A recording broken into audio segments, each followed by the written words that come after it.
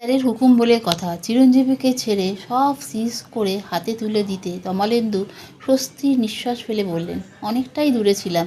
বলা যায় না অলরেডি কী ডেটা চলে গেছে কে জানে। সব সময় তো উত্তর খুঁজছি। ডার্ক বডির টেকনোলজি নিয়ে অন্যমনস্কভাবে যদি কিছু ভেবে থাকি সব ডিলিট করে স্ট্রং ভাইরাস পুট করে এখনই সব ঘেঁটে দিতে হবে।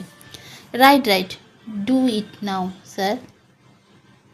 সিকিউরিটির কর্তব্য সাধিত হয়েছে, এবার ফিনিশিং।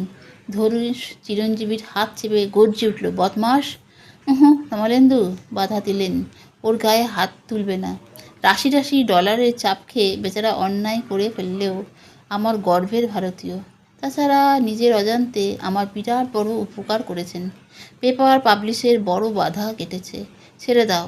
আর নেহাতি যদি শাস্তি দিতে হয় বাইরে নিয়ে গিয়ে বড় এক প্যাকেট মাইসোর প্যাক দিয়ে বসিয়ে দাও। জোর করে সব গিলিয়ে সোজা দেশে চলে যাও। ষড়যন্ত্র ফেল করেছে। এখন আর কিছু দিন কেউ ধারে কাছে ঘেঁষবে না। তোমার 7 দিনের ছুটি ধনুষ। চিরঞ্জীবীর হাত ছাড়ল না ধনুষ, কিন্তু খুশিতে ডগমগ হয়ে উঠল। বলল, thank you sir, no mention. Kamalendu মুচকি মুচকি হাসতে থাকলেন। শুভমানস ঘোষের লেখা রহস্যের নাভি গল্পটি এখানেই শেষ করলাম। গল্পটি আপনাদের কেমন লাগলো কমেন্ট বক্সে লিখে অবশ্যই জানাবেন।